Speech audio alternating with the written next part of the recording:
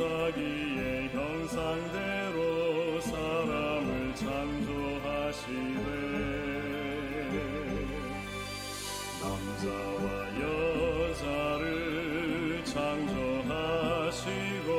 그들에게 복을 주시며 이르기를 생육하고 번성하여 땅에 충만하라 땅을 정복하라 바다의 고기와 공중의 새와 땅에 움직이는 모든 생명을 다스리라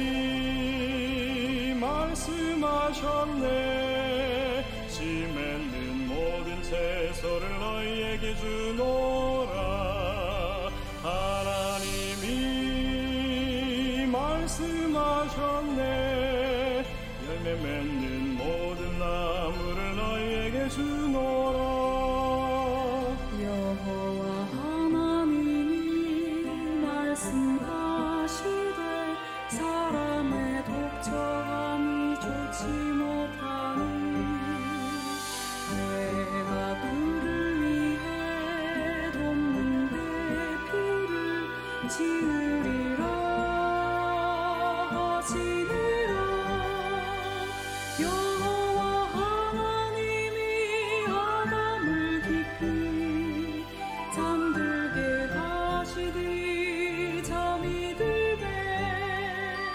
별빛대 하나를 취하고 살로 대신 재우시고 여자를 만드시니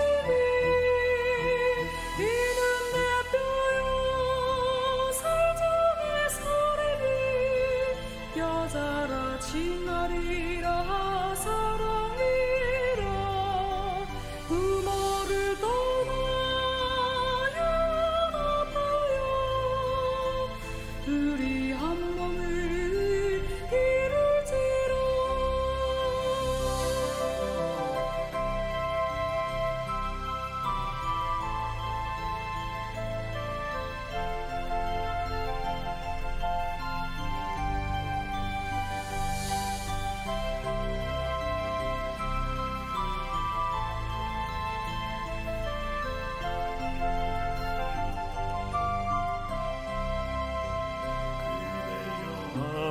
아버지께 감사 찬송하세 푸르른 생명 주심을 미소 속에 주님을 낳도록 아버지께 기도하세 때로는 바람이 불어오고 때로는 햇살이 비춰와도 인생을 엮으신 여호와 하나님은 영원한 사랑이요 길이요 생명이니 하나님께 감사드리세 우리에게 축복 주심을 하나님께 기도드리세 우리 인생 찬송으로 마치기를 하나님께 감사드리세 우리에게 축복 주심을 하나님께 기도드리세 우리 인생 찬송으로 마치기를 하나님께 감사드리세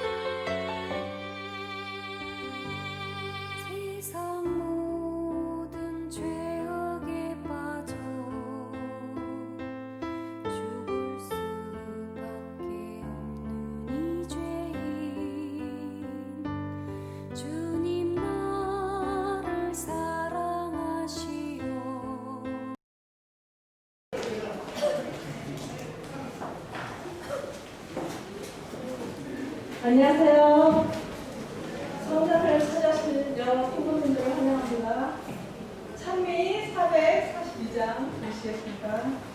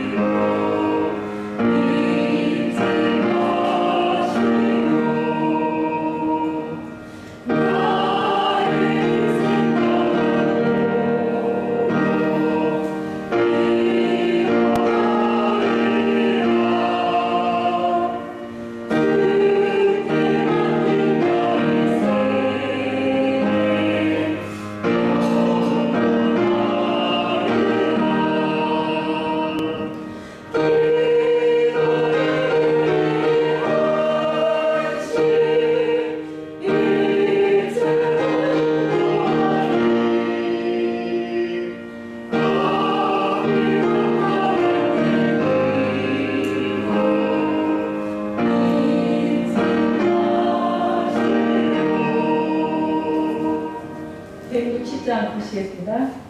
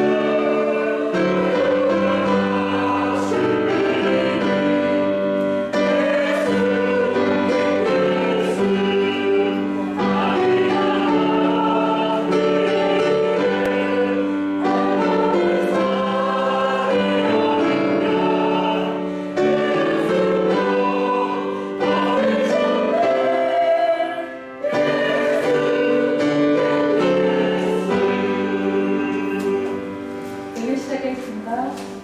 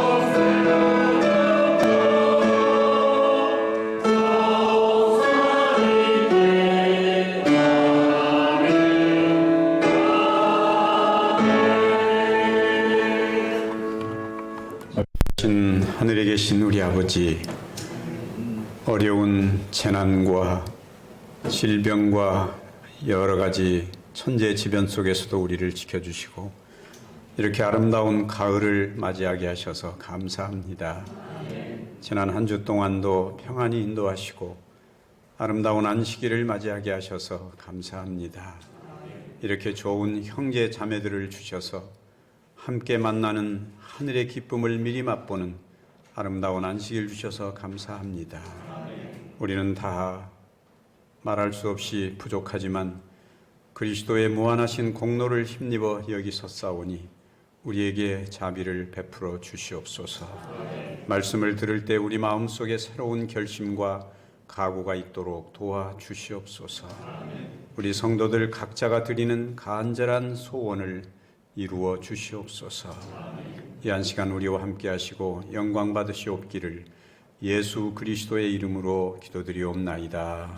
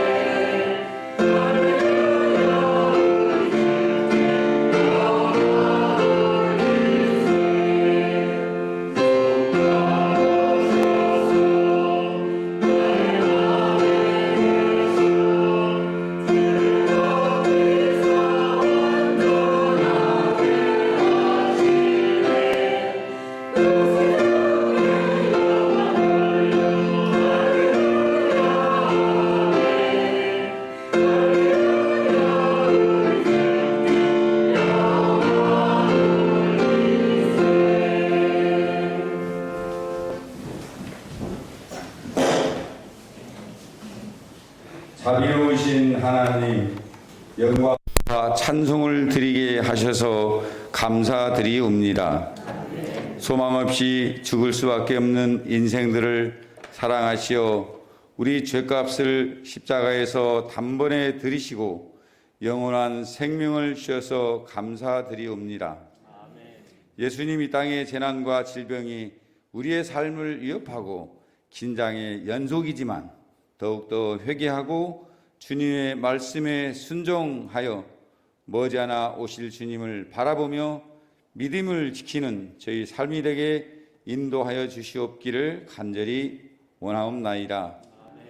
특별히 이번 전도회에 당신의 귀한 종을 보내주시고 생명의 말씀을 주셔서 예수님의 사랑을 배우고 깨닫게 해주시고 믿음의 확신을 갖게 하시오니 더욱더 감사드리옵니다. 이 시간에도 당신의 귀한 종을 단에 세우셨사오니 성령의 은혜가 충만하게 하시고 주시는 말씀으로 우리의 심령들이 회복되고 변화되어서 주의 사업에 충성을 다하는 저희 모두가 되게 인도하여 주시옵기를 예수님 이름 받들어 간절히 기도드리옵나이다.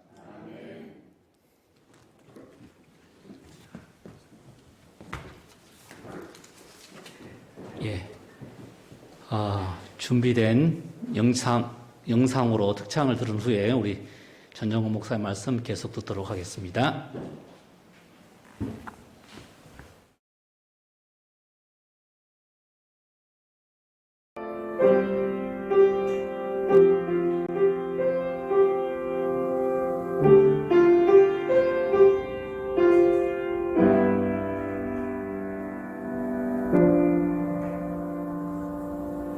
여호와는 너에게 복을 주시길 원하며 너를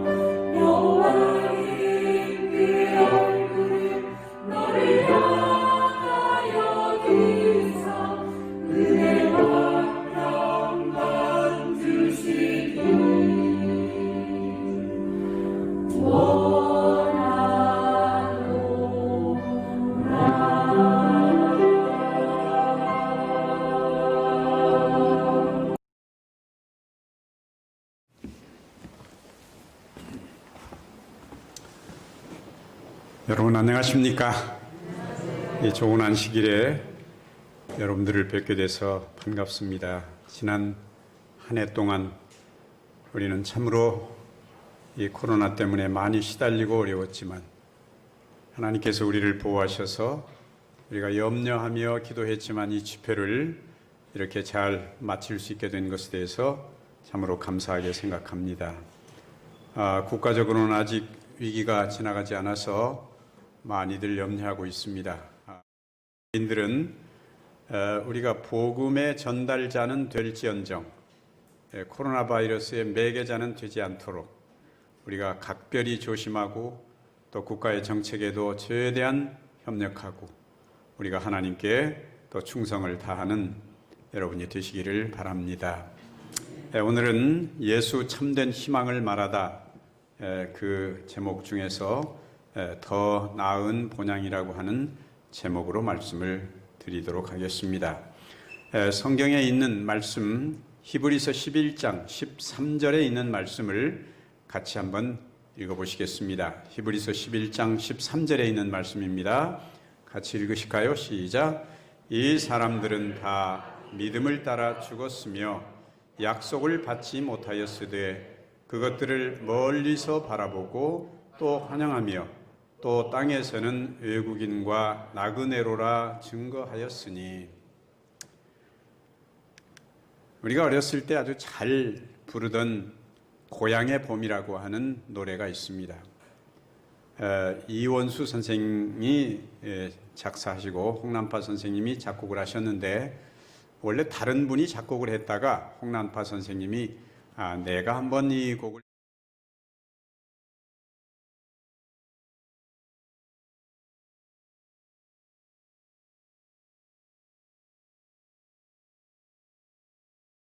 붉은 꽃대골 차린 동네 그 속에서 놀던 때가 그립습니다.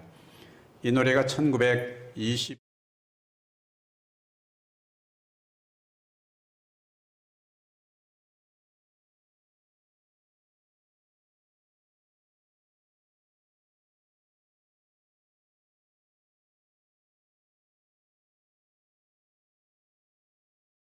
선생님에게 눈에 띄어서 우리 민족이 그때로부터 1925년 이후에 가장 많이 부르던 노래 중에 한 곡이 되었습니다. 그 다음 해 1926년에 아닙니다. 아까 나에 살던 고향 이게 1926년에 나왔고 1925년에 저 수원에 사는 최순애라는 12살 먹은 아이가 초등학교 5학년짜리 12살 먹은 아이가 쓴 시가 바로 이 오빠 생각입니다. 뜸북뜸북 뜸북새 논에서 울고 뻐꾹뻐꾹 뻐꾹새 숲에서 울제 우리 오빠 말 타고 서울 가시면 비단구두 사가지고 오신다더니. 왜 제가 이 두 노래를 드는가 하면 우리 민족이 일제시대를 거치면서 정말 애국가 못지않게 아리랑 못지않게 많이 부르던 노래가 바로 이 두 노래입니다. 그 다음에 그로부터 한 10년 후에 1935년에 타양살이 몇 해던가 손꼽아 세어보니 고향 떠난 10여 년의 청춘만 늙어 이 고향 타양살이라고 하는 노래가 1935년에 나왔습니다. 이런 노래들이 바로 일제시대에 가장 많이 부르던 그런 노래입니다. 히브리서 17장 13절 아까 읽은 말씀처럼 이 사람들은 다 믿음을 따라 죽었으며 약속을 받지 못하였으되 그것들을 멀리서 보고 환영하며 또 땅에서는 외국인과 나그네로라 증거하였으니. 우리는 나그네의 서름을 잘 모릅니다. 혹시 여기 타양에 와서 오래 사신 분들이 계시겠습니다만은 그런 정도의 타양이 아니고 우리는 고향에 언제든지 맘만 먹으면 한나절이면 갈 수 있으니까 타양이라고 그렇게 크게 슬퍼할 일도 없지만은 1902년에 그 미국의 남북전쟁이 1800년대에 남북전쟁이 끝난 이후에 미국의 남자들이 그만 없는 것입니다. 다 남북전쟁에 나가서 죽어버리고 남자들이 아주 희귀한 시대였습니다. 그래서 여러 가지 경제활동을 해야 되는데 사람이 없는 것입니다. 그래서 1800년대 말에 미국은 중국에서 사람들을 엄청 많이 데려갔습니다. 그래서 미국의 큰 공사들은 다 중국 사람들이 했습니다. 그 샌프란시스코의 금문교라든지 저 캐나다 동서를 잇는 그 가장 중요한 고속도로라든지 이런 대부분의 공사를 다 중국 사람들이 했습니다. 근데 그래도 사람이 모자라는 것입니다. 그래서 1800년대 말에는 일본에서 사람을 데려갔습니다. 이 일본 사람들은 미국이나 캐나다에 가서 주로 농업에 많은 일을 했습니다. 그래도 사람이 모자라서 1900년대에 들어서면서 미국 공사가 고종 황제를 끈질기게 설득을 했습니다. 그래서 최초로 이민법이라고 하는 것이 만들어져서 1902년에 우리나라 이민들이 하와이에 가게 됐습니다. 하와이에 가서 그때 조선의 거리마다 한 달에 16달러, 미국 돈 16달러를 준다는 광고가 붙게 되었고 한 달 만에 121명이 지원을 했습니다. 하와이에 가기 생판 하와이가 어디 붙은지도 모르는 사람들이 한 달에 16달러는 아마 그 당시에는 상당히 큰 돈이었던 모양이에요. 오늘날로 하면은 뭐 2만 원도 못 되지만 한 달 2만 원도 못 되지만 그래서 121명이 지원하여 갤릭이라고 하는 배를 타고 하와이 호놀룰루에 도착합니다. 그 후에 1905년까지 65차에 걸쳐서 7,000명이 넘는 한국 노동자들이 이민을 옵니다. 그리고 1905년에 이민법이 고종에 의해서 폐지가 됐습니다. 근데 이분들이 거기 가서 보니까 신부가 없어요. 미국 코가 큰 사람들밖에 신부가 없는 것입니다. 그래서 고국에 연락을 해서 사진으로 신부를 구해가지고 1910년부터 1924년까지 950명의 신부가 달랑 신랑이 보낸 사진 한 장을 들고 하와이에 도착을 하게 되었습니다. 그런데 그것은 꿈에 그리던 낙원이 아니라 거의 지옥과 같은 노예와 같은 생활이었습니다. 말할 수 없는.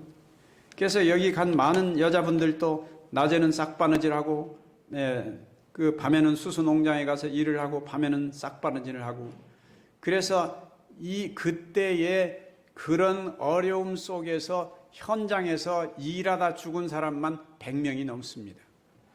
얼마나 환경이 열악하고 혹독했는지 우리가 알 수가 있겠죠. 그래서 이런 것들을 보고 우리 한국인들이 힘을 모아서 박용만 선생이 한인 동지회를 설립하고 우리가 이 먼 땅에 와서 이렇게 고생은 하지만 우리 자식들에게는 한국말을 가르치고 우리 민족 정신을 가르치자. 그렇게 해가지고 LA에 이민 갔던 이승만 박사를 불러들여서 하와이 한인 기독 학원을 설립합니다. 그래서 그들이 피땀 흘려 번 돈으로 이 사업을 지원했고 왕성한 활동을 하게 되고 그 덕에 이승만 박사가 대한민국 초대 대통령이 됩니다. 그 학원이 1953년 한인 기독학원을 폐교하고 남은 돈 18만 불을 한국에 보내서 인천에 인하대학이라는 대학을 세우게 됩니다. 왜 인하대학인 줄 아십니까? 이름이? 눈치로. 인천에 인자하고 하자는 하와이의 하자입니다. 그래서 인하대학입니다. 제가 왜 이런 이야기를 하는가 하면은 우리 민족이 그 1920년대에 30년대, 40년대를 거치면서 그 어려운 일제하에서 독립운동을 위해서 가장 많은 헌금을 한 사람들이 바로 이 하와이 이민들이었다는 사실입니다. 그들이 그렇게 어렵게 번 노예 생활과 같은 그런 생활을 하면서 번 돈으로 독립운동에 막대한 자금을 지원했어요. 왜 그랬을까요? 왜 그랬을까요? 그렇죠. 고향을 잃어보니까, 고향을 떠나보니까 내 조국이 있다는 것이 얼마나 중요한 것인가를 너무나 뼈저리게 느꼈던 것입니다. 돌아갈 조국이 있다는 것, 나라가 없는 서름이 얼마나 슬픈 것인가를 그들은 너무나 뼈아프게 느꼈습니다. 그때 그들이 한 푼 두 푼 모아서 보낸 돈이 조선에 300만 달러가 넘었다고 기록이 남아 있습니다. 고향에 대한, 조국에 대한 사무친 그리움과 애정으로 고향에 돈을 보내고 거기서 또 많은 돈을 떼어서 독립운동에 이바지를 했던 것입니다. 히브리서 11장 16절에 이렇게 말씀을 합니다. 같이 한번 읽어보십시다. 시작. 저희가 이제는 더 나은 본향을 사모하니 곧 하늘에 있는 것이라. 인류의 역사라고 하는 것은 어제도 말씀드렸습니다마는 원래 그 하나님께서 에덴 동산에 각종 나무를 심고 거기에 연못도 파서 아주 물고기도 기르고 공중에 새도 날아가게 하고 그런 아름다운 동산을 만드셨습니다. 그걸 우리가 에덴 동산이라고 말합니다. 근데 에덴 동산이라고 말하는 그 동산이 그 라틴어로 파레데스라고 하는 건데 이 파레데스에서 나온 말이 바로 파라다이스입니다. 이 낙원이라는 말이 바로 거기서 나왔습니다. 이 에덴 동산에 하나님께서 가장 행복하게 살도록 동산을, 낙원을 만들어 놓으셨는데 그들이 하나님께 대한 반역, 하나님께 대한 의심과 하나님께 대한 도전을 통해서 그들이 그 동산에서 쫓겨나게 되었습니다. 그래서 창세기 3장 24절에서는 이같이 하나님이 그 사람을 쫓아내시고 에덴 동산 동편에 그룹들과 두루 도는 화염검을 두어 생명나무의 길을 지키게 하시니라. 이때부터 인류는 나그네의 생활이 시작되게 되었습니다. 고향을 잃어버린 사람들, 정말로 돌아가야 할 그 영원한 고향을 잃어버린 사람들이 된 것입니다. 그로부터 여러 백년이 지난 다음에 이 아브라함이라는 사람은 자기 아내가 죽어서 나그네 땅에서, 이방 땅에서 그 아내를 묻을 무덤을 그 헷 족속이라고 하는 그 족속에게 가서 내 아내를 장사할 무덤을 좀 달라고 하면서 이렇게 얘기를 합니다. 창세기 23장 3절과 4절에 있는 말씀 같이 한번 읽어보십시다. 시작. 그 시체 앞에서 일어나 나가서 헷 족속에게 말하여 가로되 나는 당신들 중에 나그네요 우거한 자니 청컨대 당신들 중에서 내게 매장지를 주어 소유를 삼아 나로 내 죽은 자를 내어 장사하게 하시오. 여기 당신들 중에 나그네요 우거한 자니, 나그네는 뭐고 우거한 자는 뭡니까? 나그네와 우거한 자는 어떻게 다릅니까? 나그네는 뭔가요? 집도 없이 그냥 들렀다가 잠시 들렀다가 가는 사람이 나그네입니다. 우거한 자는 뭡니까? 우거한 자는 자기 집은 잠깐 집을 빌려서 거기 살다가 가는 사람을 우거한 자라고 말합니다. 그 이후에 그로부터 그 손자 야곱의 손자인 야곱이 저 애굽에 가서 그 12아들을 두었는데 아들들이 다 아주 말썽꾸러기들이에요. 근데 그 중에 아들 하나를 잘 두었어요. 그게 바로 누굽니까? 요셉입니다. 요셉이 그 노예로 팔려갔지만 천신만고 끝에 애굽의 총리가 되어가지고 아버지를 초청하는 것입니다. 그래서 아버지와 또 그 모든 자녀들을 다 초청을 했는데 그때 야곱이 바로 왕 앞에 가서 자기를 이렇게 소개합니다. 한번 읽어보시겠습니다. 시작. 야곱이 바로에게 고하되 내 나그네 길의 세월이 130년이니이다. 나의 연세가 얼마 못되니 우리 조상의 나그네 길의 세월에 미치지 못하나 험악한 세월을 보내었나이다 하고 나그네 길, 내 인생의 나그네 길, 우리 조상들도 대대로 나그네 길이었다고 그렇게 말합니다. 이 성경의 역사는 계속해서 그렇게 나그네의 역사라고 하는 것을 말하고 있습니다. 요셉이 죽으면서 그 형제에게 이렇게 부탁을 합니다. 요셉이 그 형제에게 이르되 나는 죽으나 하나님이 너희를 권고하시고 너희를 이 땅에서 인도하여 내사 아브라함과 이삭과 야곱에게 맹세하신 땅에 이르게 하시리라 하고 또 요셉이 또 이스라엘 자손에게 맹세시켜 이르기를 하나님이 정녕 너희를 권고하시리니 너희는 여기서 내 해골을 메고 올라가겠다 하라 하였더라. 이방 땅에서 그는 죽으면서도 고향을 그리워하면서 자기가 돌아가야 할 하나님이 약속하신 그 땅으로 내 시체라도 꼭 메고 가 달라고 그렇게 부탁을 하는 것입니다. 고향에 가고 싶다는 것이죠. 시편 기자도 시편 39편 12절에 이렇게 말씀을 합니다. 여호와여 나의 기도를 들으시며 나의 부르짖음에 귀를 기울이소서. 내가 눈물 흘릴 때 잠잠하지 마옵소서. 대전하는 주께 객이 되고 거류자가 됨이 나의 모든 열조 같으니이다. 우리는 다 거류자요, 우리는 객이 되었다는 말씀입니다. 성경 역사에서는 끊임없이 인류는 그러한 나그네 길의 역사입니다. 고향을 떠난 나그네 길의 역사가 성경 전체에 흐르는 맥락입니다. 그리고 요한복음 14장에서 예수 그리스도께서 영원한 집에 다시 데려가실 약속을 합니다. 너희는 마음에 근심하지 말라. 하나님을 믿으니 또 나를 믿으라. 내 아버지 집에 거할 곳이 많도다. 내가 너희를 위하여 처소를 예비하러 가노니 가서 처소를 예비하면 내가 다시 와서 너희를 내게로 영접하여 나 있는 곳에 너희도 있게 하리라. 요한복음 14장에 나오는 이 처소라고 하는 말이 바로 영어 성경에는 맨션이라고 되어 있습니다. 내가 너희를 위하여 뭐를 예비하러 가노니? 맨션을 예비하러 가노니. 맨션이 뭡니까?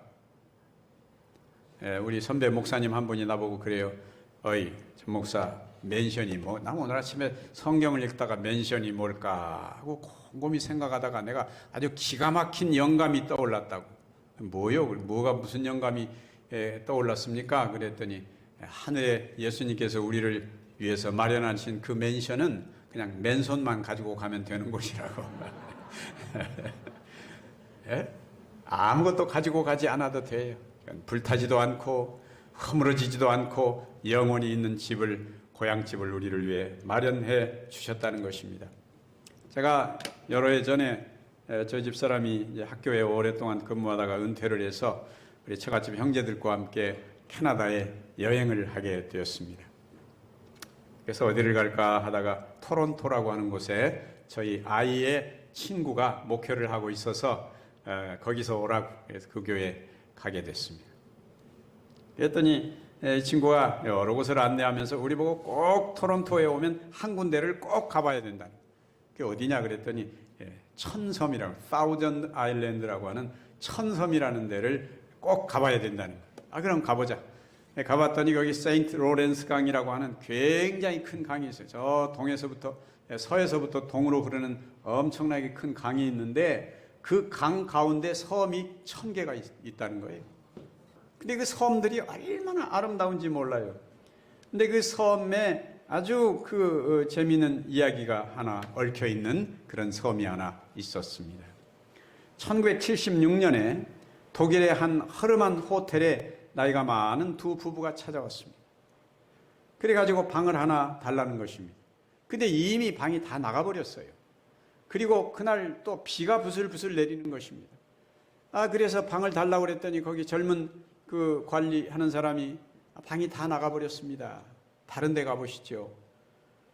이 나이가 지긋한 두 부부가 이 밤중에 낯선 타양에 와가지고 우리가 어디 가서 뭐 요새처럼 휴대폰도 없던 1876년인데 어디 가서 우리가 호텔을 찾겠느냐. 그러니 아무 데라도 괜찮으니까 그냥 방 하나만 좀 달라고.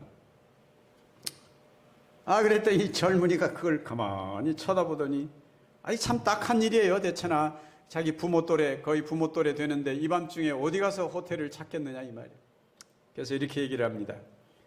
여기 방은 이미 다 나갔고 제가 그냥 이 근무하다가 밤중에 잠깐씩 들어가서 쉬는 뭐 방도 아니고 그냥 작은 그런 게 하나 있습니다. 그러니 정 어려우시면 그냥 거기서라도 밤을 새우시고 가시지요. 대체나 이 밤중에 어디 가서 방을 찾겠습니까?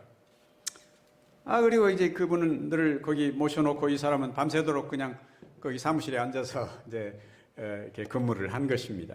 그 이튿날 아침에 그분들이 자고 나왔어요. 잘 주무셨습니까? 그랬더니 아주 참 잘 잤다고. 젊은이 덕분에 어젯밤에 아주 매우 고생할 뻔했는데 내가 참 잠을 잘 잤다고.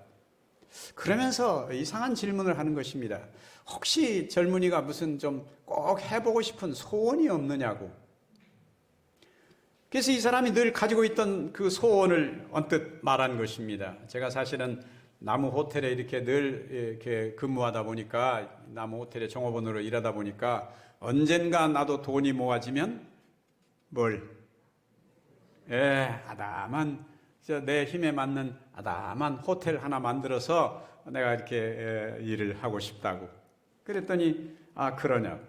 그러면서 이분들이 뭐라고 적더니 잘 있으라고, 참 고마웠다고. 그리고 이 사람 이름이 조지 찰스 볼트라고 하는 사람이에요. 볼트라는 사람인데 1년 후에 저 뉴욕에서 초청장이 왔어요. 비행기 표와 함께 모든 걸 다 책임질 테니까 우리 집에 꼭 오라고. 보니까 작년에 왔던 그 사람이에요. 가야 되나 말아야 되나 하다가 내 생전에 이 미국 뉴욕 구경이라니 이게 얼마나 대단한 일인가. 거기다 표까지 다 가지고 보내왔으니 그래서 이제 가게 됐습니다. 그런데 세상에 가보니까 아주 예쁜 호텔을 하나 지어놓은 것입니다. 이 부부가. 그러면서 당신이 이거 운영을 하라고. 이 사람 이름이 윌리엄 캐럴이라고 하는 사람인데 이제 복이 굴러 들어오려면은 넝쿨째 굴러 들어오는 경우가 많아요. 그렇죠? 호박이 넝쿨째 굴러 들어온다고 하네. 이 집에 가니까 또 예쁜 딸내미가 하나 있는 것입니다. 루이스 볼트, 루이스라고 하는 딸이 있어요. 자기보다 나이 차이가 많이 나지만 12살 차이가 되는데 이 딸이 하나 있어. 그만 또 어떻게 참 사랑이 뭔지 두 사람이 사랑에 빠져가지고 결혼을 하게 되었습니다. 그런데 그로부터 정말 기가 막힌 일이 일어나게 됩니다. 이 볼트라고 하는 사람이 얼마나 그 호텔 경영에 뛰어난 사람인지 그로부터 얼마 있지 않아서 뉴욕에 있는 왈도프 아스토리아 호텔이라는 것을 소유하게 됐습니다. 이 왈도프 아스토리아 호텔은 전 미국뿐만 아니라 전 세계에서 당시에 모든 명사들이 거기 가서 하룻밤 자보는 것이 아주 소원일 만큼 그렇게 대단한 호텔이었어요. 지금도 있어요. 뉴욕 왈도프 아스토리아 호텔이 있는데 중국 사람에게 팔렸다고 그럽니다. 이 호텔에 방이 몇 개나 될까요? 객실이? 대개 몇 개쯤 될 것 같아요? 이 호텔 객실이. 많으면? 300개? 이 호텔의 객실이 1,400개입니다. 이건 호텔이 아니고 그냥 무슨 아파트 단지 같은 거예요, 정말. 어마어마한 호텔입니다. 거기다가 이 사람이 또 벨뷰 스트라포드 필라델피아라고 그래가지고 이 필라델피아에 역시 똑같은, 이건 하얏트 계통인데 역시 비슷한 규모 1,400개 규모의 호텔을 또 하나 가지게 됐습니다. 그러니까 일약 호텔계에서는 그냥 세계적인 명사가 된 것입니다. 이 볼트라는 사람이. 그런데 가만히 생각하니까 이게 다 누구 덕인 것 같아요? 그 아내 덕인 것 같아요. 그렇죠? 장인 덕이고. 그래서 이만큼 돈을 벌었으니 내가 내 아내를 위해서 정말 예쁜 집을 하나 지어줘야 되겠다 하는 생각이 들었습니다. 아내만을 위해서. 그래서 여러 곳을 찾다가 바로 이 천섬에 있는 그 한가운데 있는 하트 아일랜드라고 하는 가장 아름다운 섬을 사게 됐어요. 이 섬이 이 천섬 중에 가장 넓고 가장 아름다워요. 하트 아일랜드라고 그러는데 여기다가 아내만을 위해서 집을 지었습니다. 얼마나 큰 집을 지었는가 하면 6층인데 층수가 6층인데 방이 120개입니다. 오로지 아내만을 위해서. 너무너무 아름다운 곳이에요. 그런데 세상에는 좋은 일이 있으면 나쁜 일도 있는 법이지요. 이 호텔을 짓다가 그만 자기 아내가 불치의 병에 걸리게 됩니다. 그리고 이 호텔을 완공하기도 전에 그 아내가 죽고 말았습니다.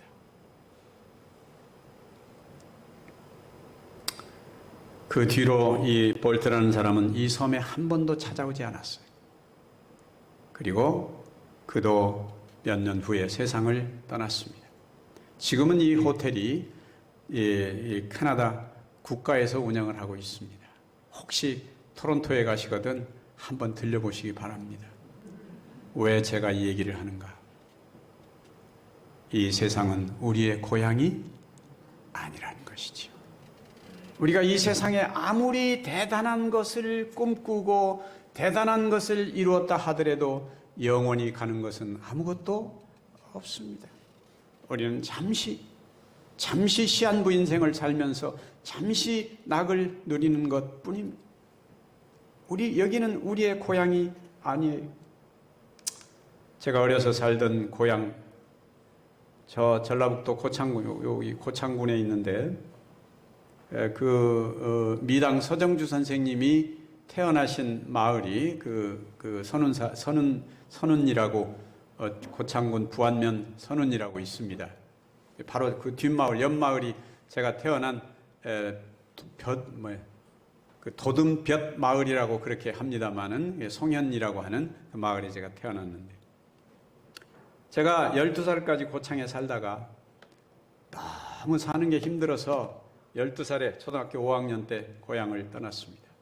근데 우리 고향에, 우리 같은 동네에 나하고 동갑내기 순이라는 여자애가 살았어요. 근데 늘 같이 학교를 다닐 때마다 댕기를 메고 학교에 같이 가면서 그 애만 보면 마음이 설렜었습니다.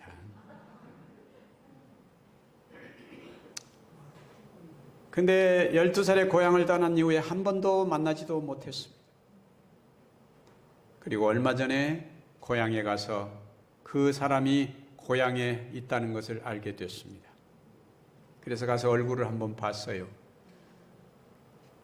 지금도 12살 아가씨일까요? 예전엔 70살이 중반이 다 된 할머니가 거기 앉아 있어요.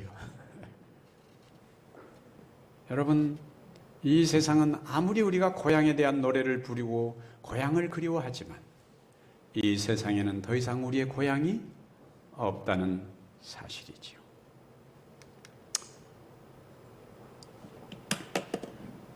천상병 시인이 이런 시를 썼습니다. 귀천이라고 하는 시를 여러분이 잘 아시지요. 나 하늘로 돌아가리라.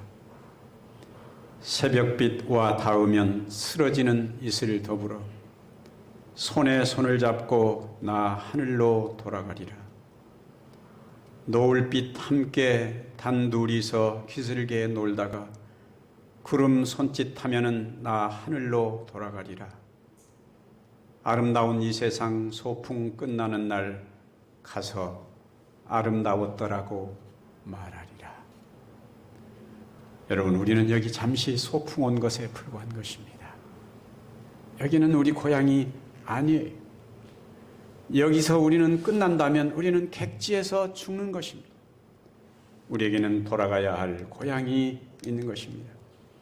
예수 그리스도께서 이렇게 약속을 하셨습니다. 예수님의 이 고귀한 약속을 우리는 믿는 사람들입니다. 같이 한번 읽어보십시다. 요한복음 14장 1절에서 3절 아까 읽었지만 같이 한번 읽어보십시오. 많이 외우시는 분들도 많이 계셔요. 외우시는 분들은 눈을 감고 한번 외워보세요. 같이 한번 외워보겠습니다. 시작. 너희는 마음에 근심하지 말라. 하나님을 믿으니 또 나를 믿으라. 내 아버지 집에 거할 곳이 많도다. 그렇지 않으면 너희에게 일렀으리라. 내가 너희를 위하여 처소를 예비하러 가노니 가서 너희를 위하여 처소를 예비하면 내가 다시 와서 너희를 내게로 영접하여 나 있는 곳에 너희도 있게 하리라. 이 길고 긴 6,000년의 역사 속에서 하나님이 끊임없이 그의 백성들을 인도하시고 돌보신 것은 어디로 돌아가도록? 이 영원한 고향에 다시 돌아가도록 하시기 위해서 그러신 것입니다. 이 세상에 저 유대 나라가 그들의 영원한 고향이 아니에요. 우리가 돌아가야 할 곳은 예수께서 약속하신 다시는 죽음도 없고 질병도 없는 영원한 하늘에 있는 것입니다. 요한계시록 21장 1절에서 5절에 이렇게 말씀했는데 4절 5절만 같이 읽겠습니다. 요한계시록 21장 4절 5절입니다. 같이 읽으십시다. 시작. 모든 눈물을 그 눈에서 씻기심에 다시 사망이 없고 애통하는 것이나 곡하는 것이나 아픈 것이 다시 있지 아니하리니 처음 것들이 다 지나갔음이러라. 보좌에 앉으신 이가 가라사대 보라 내가 만물을 새롭게 하노라 하시고 또 가라사대 이 말은 신실하고 참되니 기록하라 하시고 우리가 돌아가야 할 그 고향에는 다시는 눈물도 없고 사망도 없고 애통하는 것이나 곡하는 것이나 아픈 것이 다시 있지 아니할 것입니다. 어제 우리가 어떤 주사님 댁에 방문했는데 만 허리가 아파가지고 일어나지를 못하신다고. 그러면서도 그냥 뭘 녹두를 까고 뭘 까고 이렇게 마늘을 까고 일을 하셔요. 이 세상에는 어디나 아픔이 있고 누집에나 눈물이 있고 슬픔이 있습니다. 십자가가 없는 집이 하나도 없습니다. 우리에게는 모든 것이 다 이 세상에는 고통과 눈물인 것입니다. 어떤 아이들이 저 공원 모퉁이에서 딱지치기를 하고 있어요. 열심히 딱지치기를 팔뚝이 빠져라 하고 딱지를 치. 어떤 아이는 많이 따고 뭐 조금 따고 그런데 해가 뉘엿뉘엿 넘어가는 것입니다. 그랬더니 골목 동네 고사태에서 뭐 여기저기서 아이 부르는 소리가 들려옵니다. 아무개야 뭐하냐 빨리 와서 밥 먹고 자야지. 엄마가 부르는 것입니다. 하나 둘 아이가 다 아이들이 거기를 빠져나가서 집으로 돌아갔습니다. 근데 한 아이만 거기 우두커니 서 있는 것입니다. 그 지나가는 사람이 해가 어두워지는데 날이 어두워지는데 거기 아이가 혼자 서 있어요. 그래서 물었어요. 야 너는 왜 집에 안 가고 거기 서 있니? 그때 이 아이가 이렇게 말합니다. 아저씨 저는 돌아갈 곳이 없습니다. 왜? 저는 한 달 전까지 고아원에 있다가 형들이 너무 때리고 막 너무 힘들고 그래서 도망 나온 지 한 달 됐는데 아무도 나를 불러주는 사람이 없습니다. 사랑하시는 여러분, 누구나 인생에는 석양이 옵니다. 가을이 오듯이 그리고 석양이 오듯이 우리에게는 다 저물어가는 날이 올 것입니다. 여러분의 날이 다 저물어갈 때 여러분이 아무데도 불러주는 사람이 없다면, 돌아가야 할 곳이 없다면 얼마나 서글프고 쓸쓸한 일이겠습니까? 그런데 우리 하나님께서는 우리를 부르시는 것입니다. 여기 이렇게 말씀했습니다. 빌립보 3장 20절에 있는 말씀 같이 한번 읽어보십시다. 시작. 오직 우리의 시민권은 하늘에 있는지라 거기로서 구원하는 자 곧 주 예수 그리스도를 기다리노니. 우리는 하늘에 돌아가야 합니다. 거기서 주님께서 우리를 기다리십니다. 우리가 고향에 돌아가려면 맨 먼저 뭘 해야 돼요? 준비를 해야 돼요. 그렇죠? 우리나라 사람들은 정말 고향에 한이 맺혀서 그런지 추석이면은 우리나라 사람들 보통 3천만 명이 고향을 찾습니다. 제가 얼마 전에 어떤 분들하고 앉아서 이야기를 하는데 이런 이야기를, 내가 이 고향이고 뭐고 이제 다시는 안 간다. 그럼 왜 그러냐 그랬더니 자기 집이 저 서울, 저 원주래, 강원도 원주. 우리 보통 때 같으면 1시간 20분이면 원주까지 갑니다. 근데 거기까지 가는데 5시간 반이 걸렸다는 거예요. 그러니까 이제 안 간다고 그래요.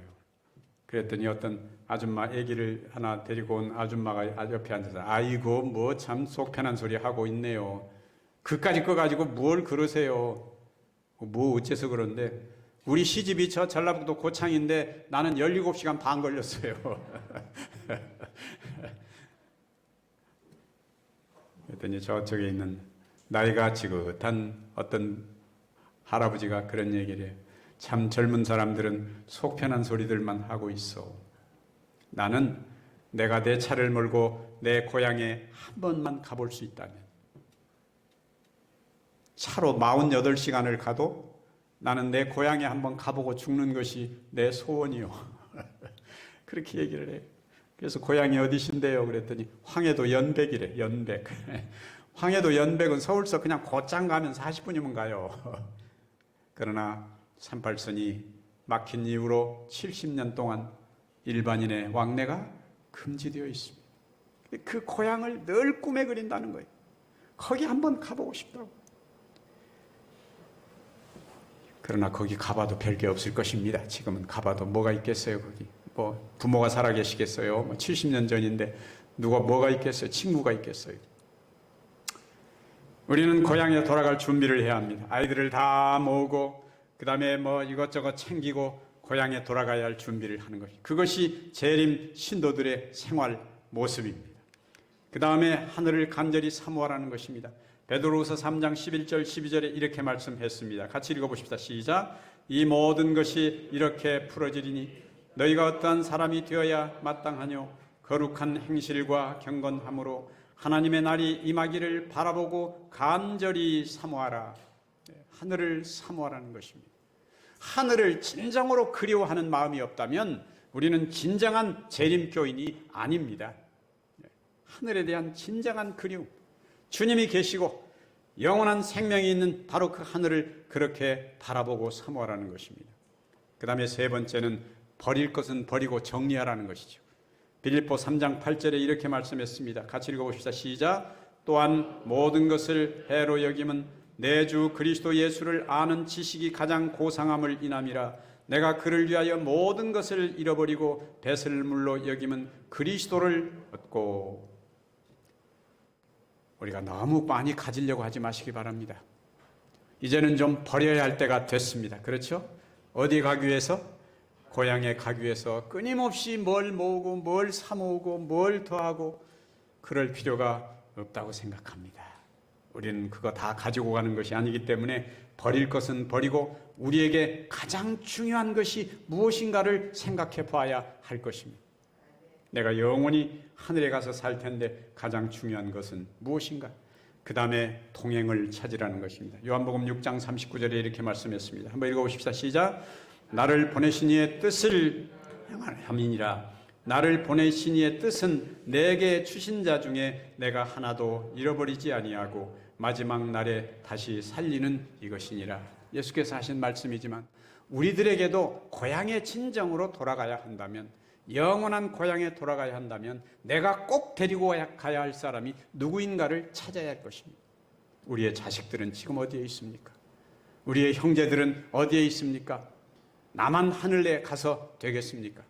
우리의 가족들 한 사람 한 사람을 찾아서 하늘에 같이 가도록 노력하시기를 바랍니다.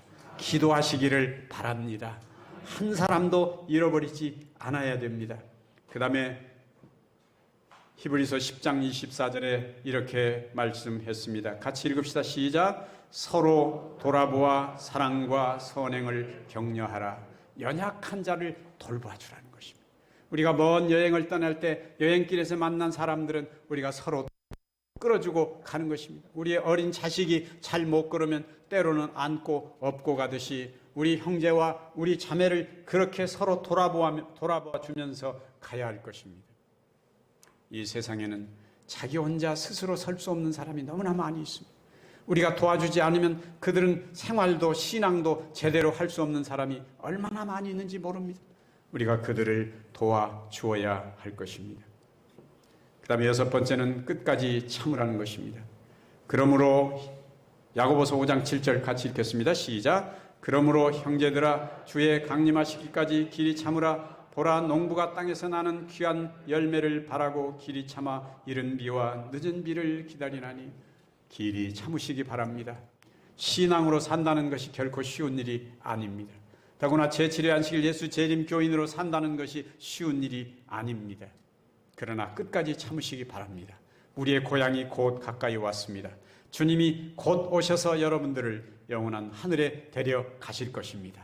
그리고 우리는 다시는 이별도 슬픔도 고통도 아픔도 없는 죽음도 없는 영원한 하늘에 살게 될 것입니다.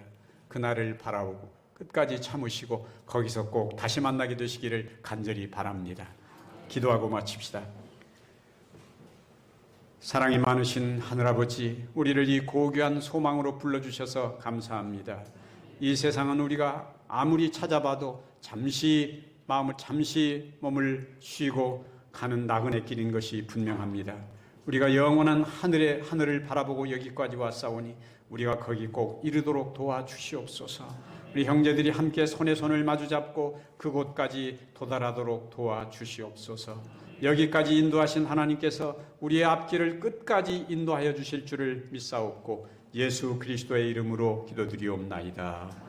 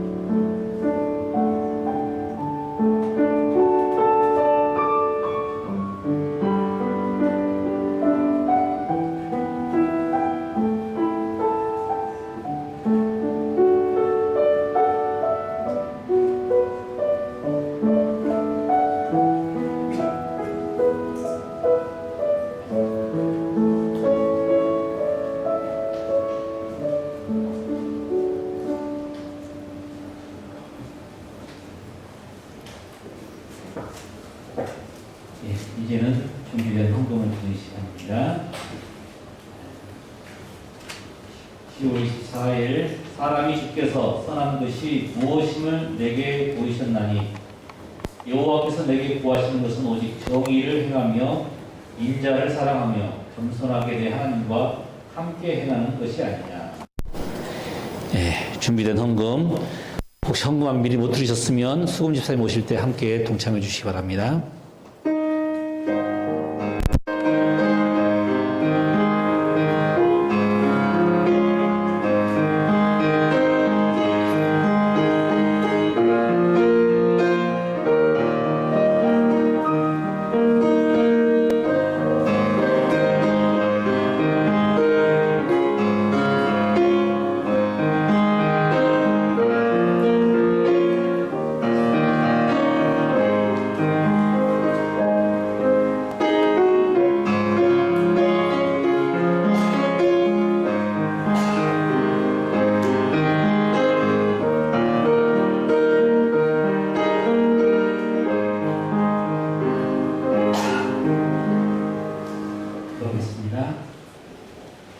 우리 하늘 아버지 말씀의 축복 일주일 동안 허락하시고 또 저에게 필요한 모든 것들을 공급해 주셨음을 감사드립니다.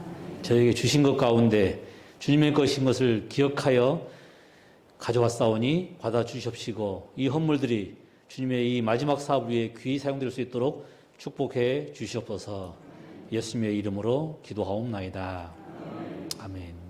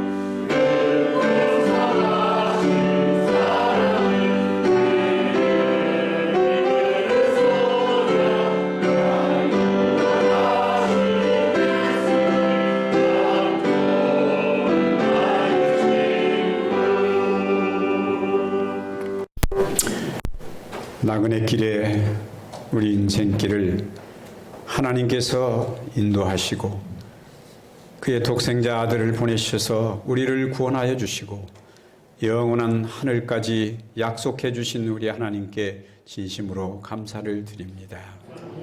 여기 모인 모든 형제들 손에 손을 잡고 그곳에 꼭 도착해서 우리 주님을 만나 뵙고 영원히 살 수 있도록 도와주시옵소서. 이제는 우리 하나님의 무한하신 사랑과 예수 그리스도의 한량없는 은혜와 성령님의 교통하심이 예배를 드리고 떠나는 당신의 모든 자녀들의 발걸음 걸음걸음을 인도하여 주시고 하늘까지 인도하여 주시옵기를 예수 그리스도의 이름으로 간절히 축원하옵나이다. 아멘.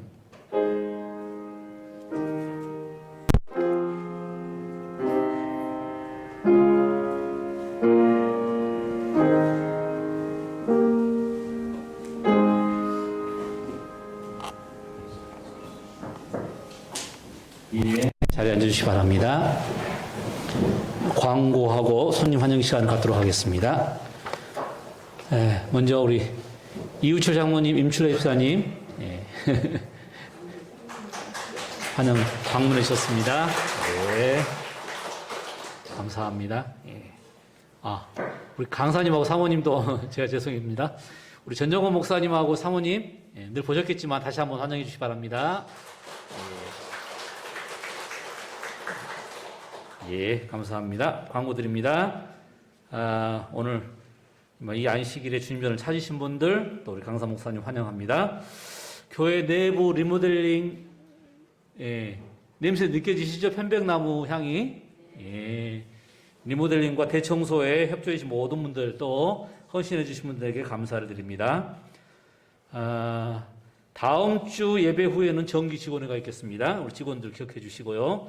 또 이 코로나가 아직 멈추지 않았습니다. 계속해서 우리 방역 지침, 마스크 쓰시는 것, 그 다음에 손 소독하시는 것, 체온 확인하시는 것, 그리고 정말 안전거리 유지하시는 것 지켜주시길 바랍니다.